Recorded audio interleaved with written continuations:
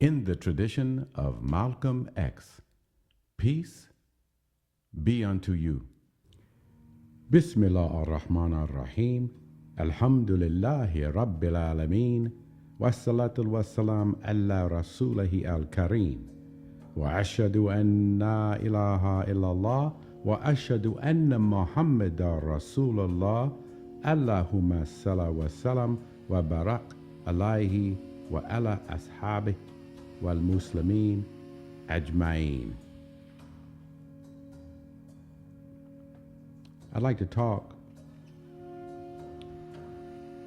at this Khutba about conscience and conscientious objection.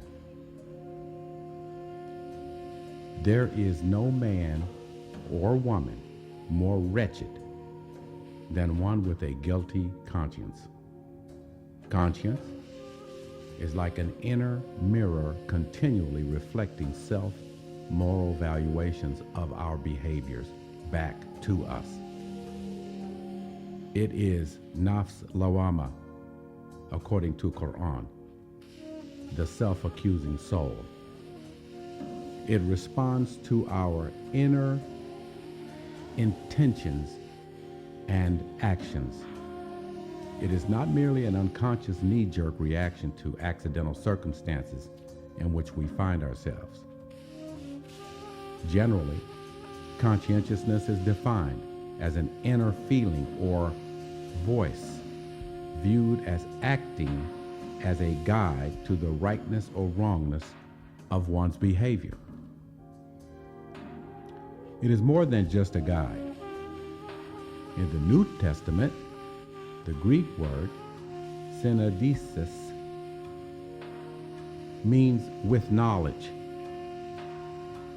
It is used to denote conscience in that scripture.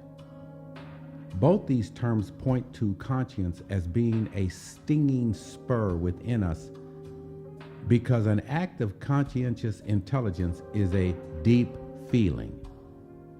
It emerges from individual social intention, which is positively or negatively sociologically meaningful. Once triggered, conscience becomes an inner tension expanding or contracting depending upon the choices we make. It reins us in to do what is morally right in relation to the collective other in at odds circumstances. The collective other, of course, is simply the popular orientation, a fad, a trend. What I mean is that it is not action anchored in what other people think or do. It is non-conforming action. It is the exercise of moral courage. It is a role void. It takes no popular role and steps out of the box.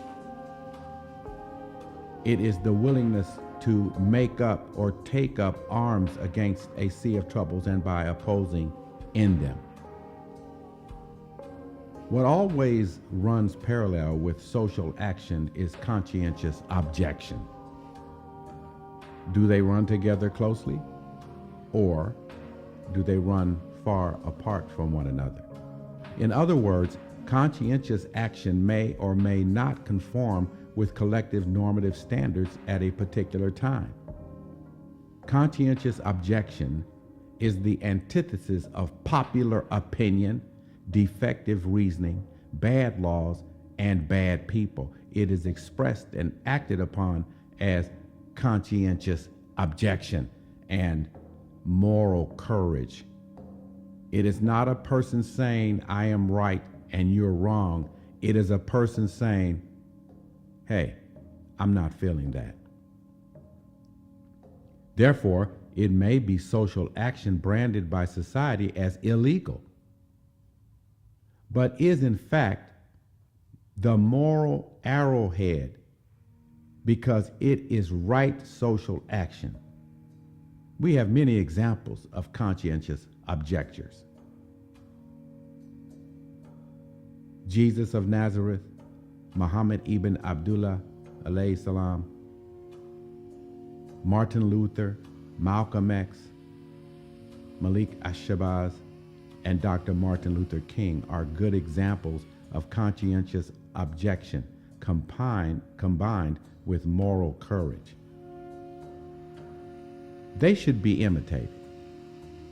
But even more importantly, conscientious objection is a momentary unity with our soul medium through which we are guided noetically, intuitively.